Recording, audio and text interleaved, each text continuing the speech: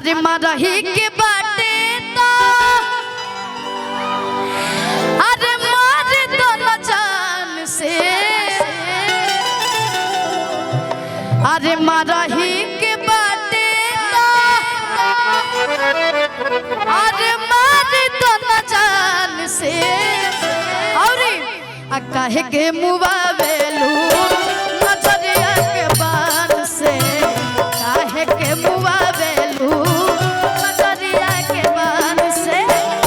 मरही के बाटे तो मरही के बाटे तो मर दो न जान से। काहे के मुबावेलू नजरिया के बान से। काहे के मुबावेलू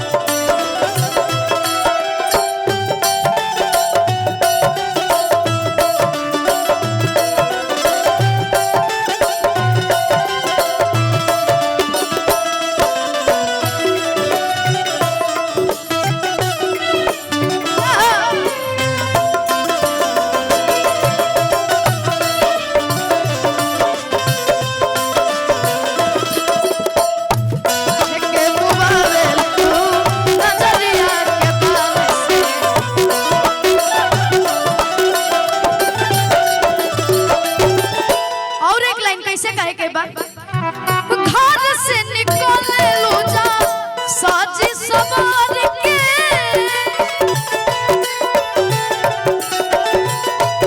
आराम जीवन बले लगा बढ़िया से गढ़ के।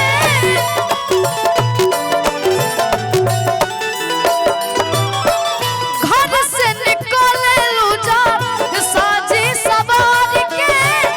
राम जीवन बले लगा बढ़िया से गढ़ के। और अभी हम सभी के बीच काजल दीदी आई हैं तो उनके लिए हम एक लाइन कहना चाहेंगे। जानते हैं क्या काजल दीदी? अब बुद्धि फेल कइले बाड़ू बुद्धि फेल कइले बाड़ू बूढ़ा जवान के। कहे के मुबावेलू नजरिया के बान से। काहे के मुबावेलू नजरिया के। और एक लाइन कहना चाहेंगे काजल दी के लिए कि कितना दिन से आए गो लइके के आ रही फेरा में हम लागल। आ सोचते रही कि आई लव यू कही आ तले दोसर ले भागल। कैसे आना है कि कितना दिन से एगो लइके के रही फेरा में हम